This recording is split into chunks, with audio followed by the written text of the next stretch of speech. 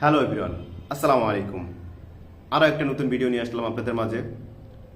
এটা আমার third class, listen 3। তো সবাই আমার পাশে থাকবেন ইনশাল্লাহ। আমি আরও সুন্দর সুন্দর ভিডিও নিয়ে আসবো ইনশাল্লাহ আপনাদের মাঝে। আমি প্র্যাকটিস করতেছি, আমি আপনাদের মাঝে ভিডিও নিয়ে আসতেছি, প্লাস শেখার চেষ্টা করতেছি। যদিও অত বেশি আমি ইংলিশের অভিজ্ঞ না, তো আমার জন্য সবাই দোয়া করবেন, আমি যেন প্র্যাকটিসটা চালাই যেতে পারি, সাথে আমি আরও সুন্দর সুন্দর ভিডিও নিয়ে আসতে পারি। তো সেজন্য সবাই আমার জন্য দোয়া করবেন।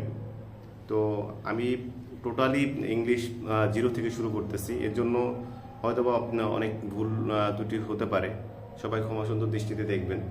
তো আজকে আমি ক্যানের ব্যবহার, কুডের ব্যবহার, মাস্টের ব্যবহার, হ্যাভের ব্যবহার, ইউজ টুর ব্যবহার, মেয়ের ব্যবহার, আর মাইটের ব্যবহার, আর হ্যাড টু এর ব্যবহার শিখব। ঠিক আছে? তো আপনারা সবাই আমার সাথে থাকবেন ইনশাল্লাহ। আমি ইংরেজি বলতে পারি, এটার ইংলিশ কি হবে? I can speak English. আমি তাকে ম্যানেজ করতে পারতাম, আমি তাকে কি ম্যানেজ করতে পারতাম। I could manage him, I could manage him. আমি অবশ্যই কম্পিউটার শিখব, আই মাস্ট লার্ন কম্পিউটার। আমাকে উপার্জন করতে হবে, আমাকে উপার্জন করতে হবে, আই হ্যাভ টু আর্ন। আমি ধূমপান করতাম, আমি ধূমপান করতাম, আই ইউজ টু স্মোক। আমি শপিংয়ে যেতেও পারি, আমি শপিংও যেতে পারি, I may go to shopping. আমি তাকে সাহায্য করতেও পারতাম, I might help him, I might help him.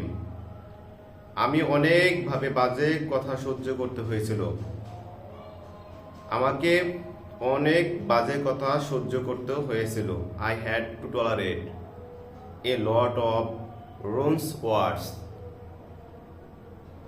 তো আপনাদের মাঝে চেষ্টা করলাম ক্যান কুড, তারপরে must, have, use to, may, might, had to এর ব্যবহার করে কিছু সেন্টেন্স তৈরি করার জন্য।